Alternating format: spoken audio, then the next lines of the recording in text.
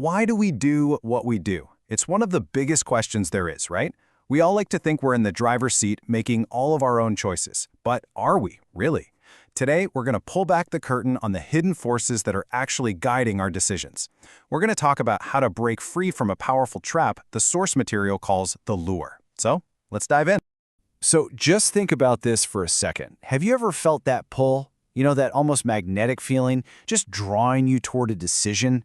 Maybe it's a purchase you didn't need, a comment you wish you could take back, or that extra slice of cake. You knew deep down you'd probably regret it later. Yeah, we've all been there. Take Shashir here. He and his friends, they're out for a healthy morning walk, doing everything right. They stop for some refreshing coconut water, but then it happens.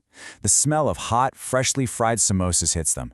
They kind of look at each other, and you know what they say, those famous last words, one day it's okay. And boom, just like that, a new, not-so-healthy habit starts to take root. That right there, that's the lure in action. But here's the thing, this isn't just about food cravings. This is about the everyday lure, all those subtle, sneaky temptations that shape our lives in ways we don't even notice half the time. This image, it just says it all, doesn't it?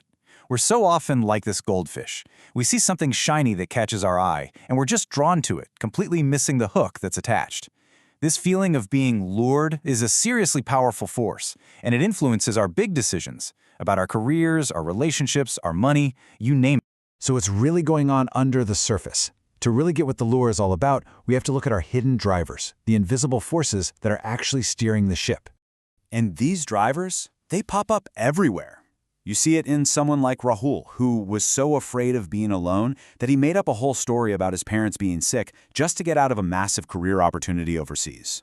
Or in Mitali, who was always pointing out everyone else's flaws, but couldn't see that her own behavior was the reason her career was stuck. And you absolutely see it in the landlord, who used his power to take advantage of an elderly couple.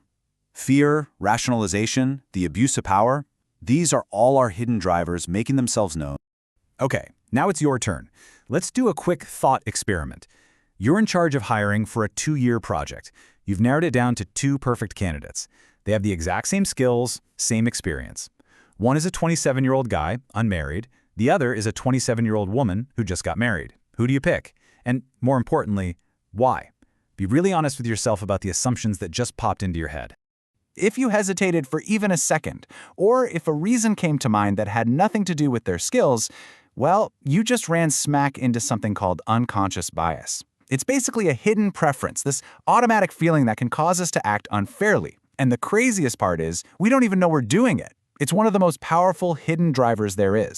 And the perfect way to picture this is the iceberg principle. What people see, our behavior, our actions, that's just the tiny tip of the iceberg sticking out of the water.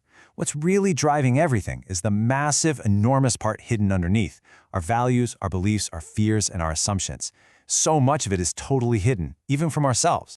And that's really the bottom line here. Your choice in that hiring scenario, Rahul's fear, Mitali's constant criticism, all of it is being powered by what's happening way down below the surface. If you want to change the behavior, you first have to understand what's going on in the deep. Okay, so we've kind of diagnosed the problem. Now for the good part. How do we fix it? Well, the secret lies in finding something that's called the space between. Look at this simple diagram. It holds the entire key. So, life throws a stimulus at us. You know, the smell of a samosa, a tough choice at work. Our automatic reaction is a response. But look closely at what's in the middle. There's a space between them. That little space, that's where all our power is. It all comes down to this powerful idea. That tiny pause, that moment between what happens to us and how we react, that is everything. It's the difference between being a puppet pulled by our hidden drivers and actually being in control. That space is where we find our power to choose, it's where we find our growth, and it's where we find our freedom. So, the big question is, how do we actually use that space? How do we actively start rewiring our own reality instead of just reacting all the time? Well, lucky for us, the source material gives us a super practical tool for exactly that. It's called the ABC analysis, and it's a really simple way to map out why you do what you do. It's easy. First up is A for antecedent. That's just a fancy word for the trigger. Then comes B, your behavior, what you actually did. And finally, C is the consequence, what happened because of your action. So let's see how this plays out. The antecedent, the trigger, is I have an exam coming up. The behavior, B, is I'll just put it off and pull an all-nighter.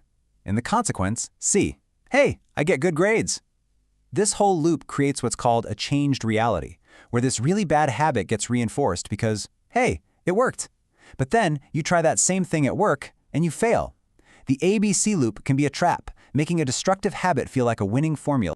But here's the cool part. Once you understand this loop, you basically have a map to escape. It puts you at a crossroads where you can finally see the two different paths that lie ahead. One path is the behavioral spiral, and it's perfectly shown by this classic monkey trap.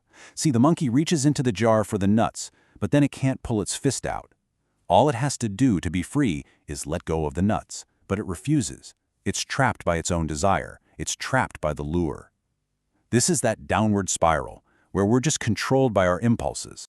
So here it is, the choice, laid out right in front of us. On the left, you've got the spiral. You're stuck, repeating the same old patterns, being controlled by the lure. But on the right, you have the path of freedom, using that space between stimulus and response to actually exercise your power to choose, to let go of the nuts. And that brings us right to the final and most important question. This isn't just theory anymore. This is about you. Looking at all these hidden drivers we talked about, the fear, the bias, that need for control, the abuse of power, which one is your trap? Which one do you really need to work on to overcome the lure in your own life? The choice, as always, is yours.